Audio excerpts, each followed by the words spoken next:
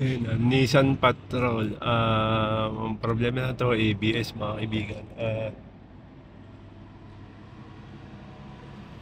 Left rear, ABS. Wala siyang 12 volts.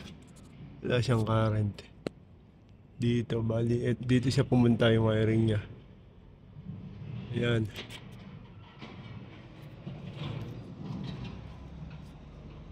Wala dito, ito. Punta dito, ayan. Tapos, sinundan natin. Pumunta siya dito, ah. Lumabas siya dito. Ayan. Gumanon, gumanon. Pumunta dito. Eto.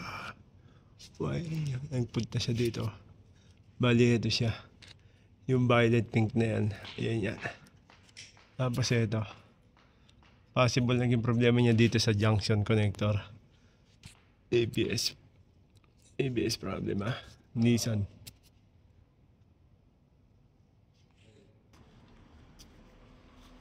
Itong kabilang side, meron. May 12 volts siya, may ground. May 12 volts. Ito siya. Ang kulay naman niya is red. Brown. Yan, ABS yan. Tapos papunta siya dito. Mga kaibigan. Ito, red, brown yung isa. Ayun o, kita nyo.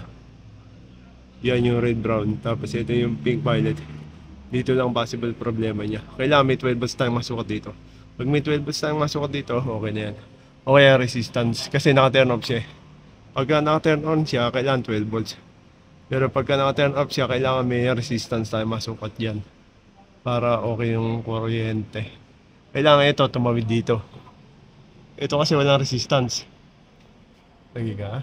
Walang resistance kasi dito. Kailangan niya, hindi siya nakatawid. Kailangan nito meron din resistance. Pag meron to, okay yung kuryente, okay yung ABS. Update ko kayo ha.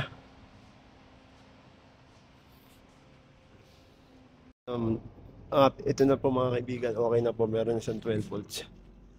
Okay na yung kanyang ABS. Nissan Patrol.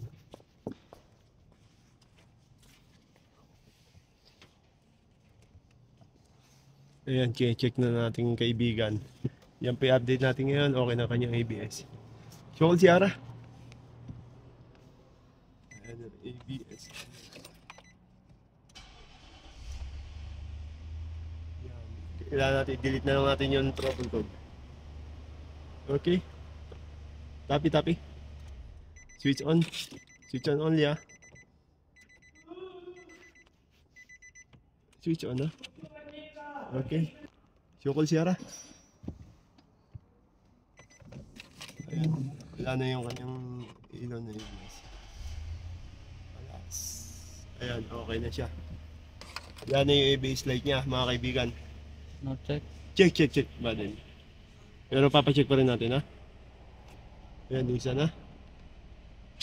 ABS light mapi. Kala, squeeze. Good. Cool. ABS ha. So, i-delete ada. ABS trouble code ha. Mapi delete kita. So, we switch on only ha. Ada very sensitive. Ang na. Ayan. No, fault. Kalas.